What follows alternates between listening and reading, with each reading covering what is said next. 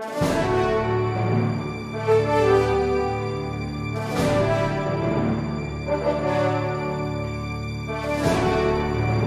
yung pangalan ng isang prosecutor dun, yung Amerikana na itim.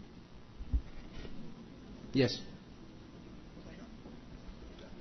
Sure. Attorney Vitaliano Aguirre II. I understand he's a private prosecutor. Yes, sir. May be recognized, Please. Mr. President? Yes, please.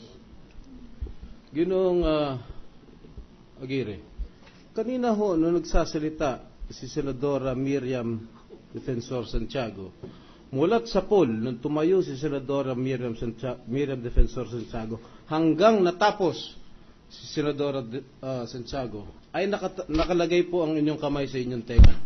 At para bagang ayaw niyo siyang pakinggan. Totoo po yan po ay isang kabastusan dito po sa isang miyembro ng hukom na ito.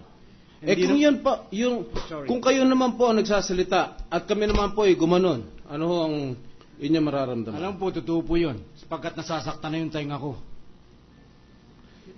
Alam nyo, Mr. President, point of order. What's the point of order?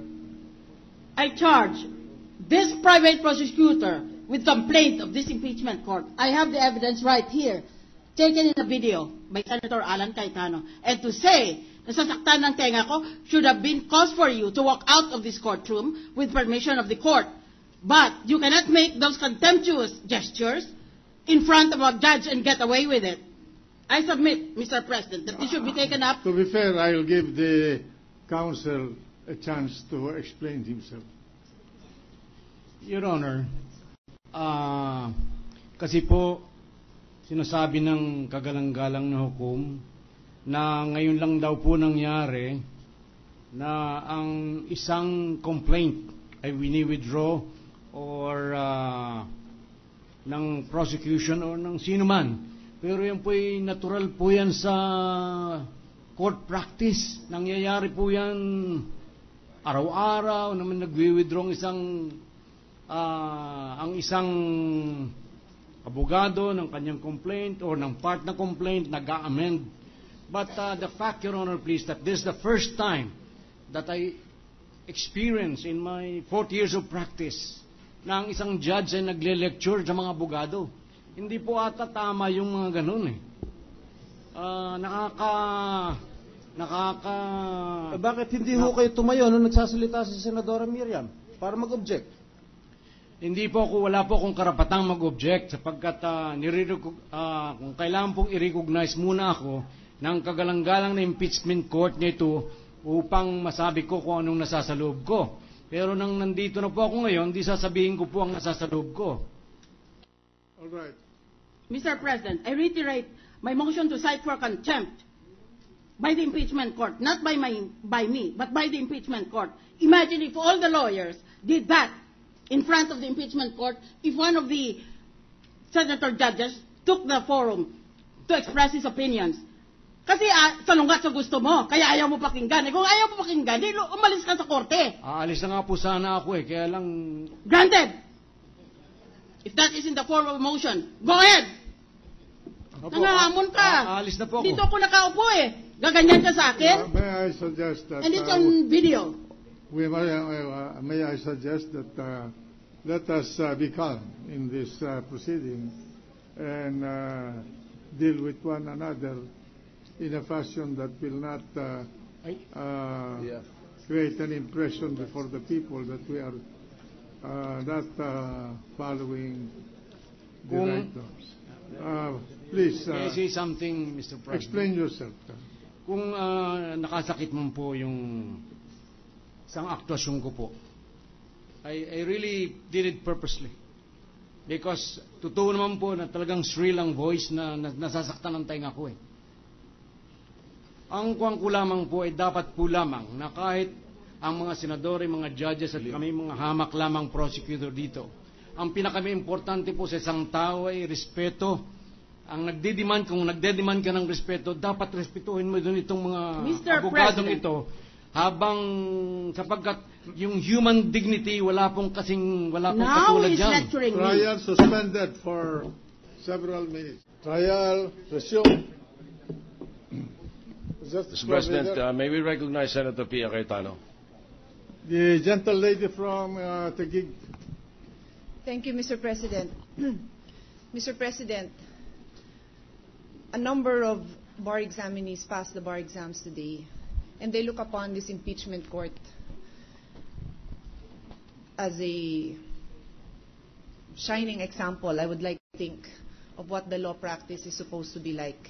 Mr. President, every bar examinee knows that utmost respect is due the judge as soon as a lawyer walks into his courtroom. In fact, even outside the courtroom.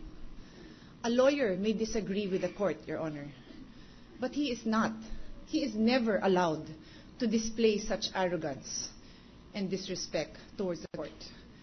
Mr. President, the rules are very clear. Section 1 under Rule 71, contempt punishable summarily.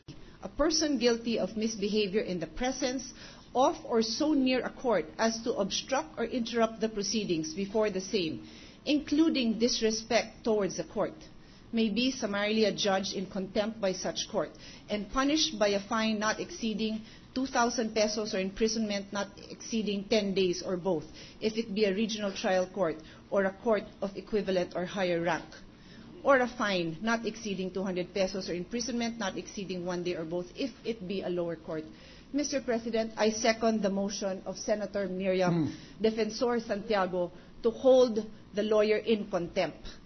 We will hold under advisement the actual and the appropriate penalty for this contemptuous act. I so submit, Mr. President. All right. May I... Mr. President, if I may also add, in the meantime, I move that he be excluded from this impeachment trial court. Is the counsel for the prosecutor still present in the courtroom? He's not anymore here inside. He's not anymore inside the courtroom, yes, Mr. President. This presiding officer, before he makes a ruling, would like to say something. If you remember, at the beginning of our proceedings, I made an opening statement, and I requested everybody,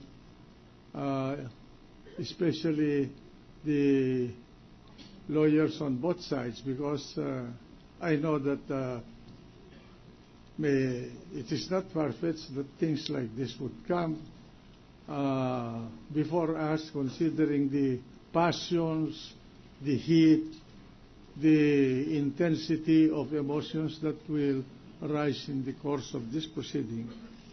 And indeed, today we have witnessed a direct indication of a disrespect by a member of the bar to this court. And while in all my years of trial and professional practice, I have appeared before many of our stern judges in this country, and many of them were very stern. We were taught to practice a professional behavior of utmost control and respect to the dignity of the court before whom we appeared. And I must say that I cannot tolerate any disrespect of this court and to any member of this court as a presiding officer. Maybe my fellow lawyers will think of me as an old